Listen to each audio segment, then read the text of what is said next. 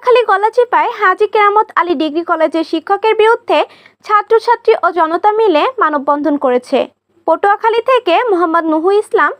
Video চিত্র ও তথ্যমতে জানা যায়, আজ 28 আগস্ট পটুয়াখালীর গলাচিপায় হাজী কেরামত আলী ডিগ্রি কলেজের ছাত্রছাত্রী সহ স্থানীয় জনগণ দ্বীপ অঞ্চল চরবিশ্বাস ইউনিয়নে সকাল 11টার দিকে হাজী কেরামত আলী ডিগ্রি কলেজ মাঠ প্রাঙ্গণে ভারপ্রাপ্ত সাবেক অধ্যক্ষ জাহিদুল ইসলাম লিটন সহ অধ্যাপক মোহাম্মদ বাবুল আক্তার ও সাবেক অধ্যাপক এনামুল হকের অপসারণের দাবিতে এ মানববন্ধন করা হয়েছে।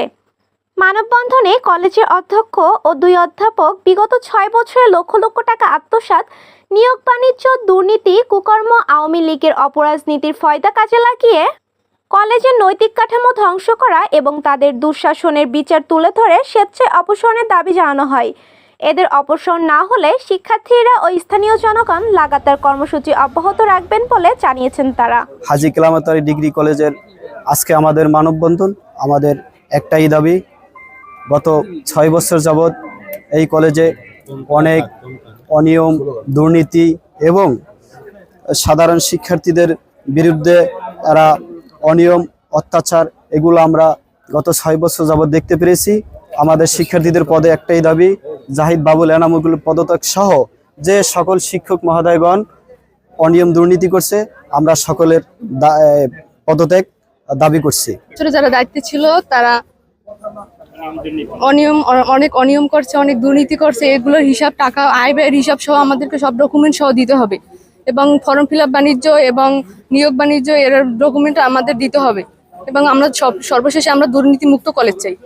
জাহিদ, বাবুল ও এনামুল ছাড়ে জি, এদের আমরা পদত্যাগ চাই। এরা নিজ ইচ্ছায় যেন পদত্যাগ করে। আমাদের যদি এই মানববন্ধন না মানা হয় তাহলে আমাদের এই দাবি অনেক দিন পর্যন্ত চলবে। আমি মনে করি আমরা চরবিশ্বাস ও চরকাজলের মানুষ বড় সৌভাগ্যবান, কারণ 2000 সনে আলহাজ গোলাম মোস্তফা নিজ অর্থায়নে এই প্রতিষ্ঠানে করে দিয়েছে। আমি মনে করি এই কলেজটা যদি আমাদের না থাকতো, শহরে রেখে ছেলে মেয়ে আইপাস করাইতো, এই বিল ফ্যামিলি চরে খুবই কম আছে। আমাদের এই কলেজটা সুনামের সহিত চলছে, বিগত কয়েক বছর গলাচিপায় প্রথম স্থান অধিকার করছে এবং পটুয়াখালী জেলায় 2য় স্থান অধিকার করছে। কিন্তু কয়েকজন শিক্ষক জাহিদ, বাবুল, এনামুল দায়িত্ব পাওয়ার পর থেকেই কলেজটা লন্ডভন্ড করে ফেলাচ্ছে।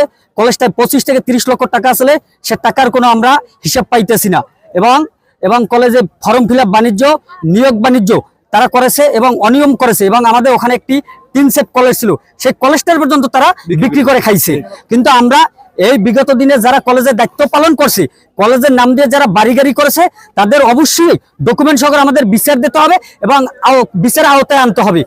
তারা আওয়ামী লীগের প্রভাব দেখিয়ে নিয়োগ বাণিজ্য এবং ছাত্রছাত্রীর কাছ থেকে বিভিন্ন ধরনের অর্থ আত্মসাৎ করার কারণে এই কলেজটা আজকে ভেঙে পড়েছে।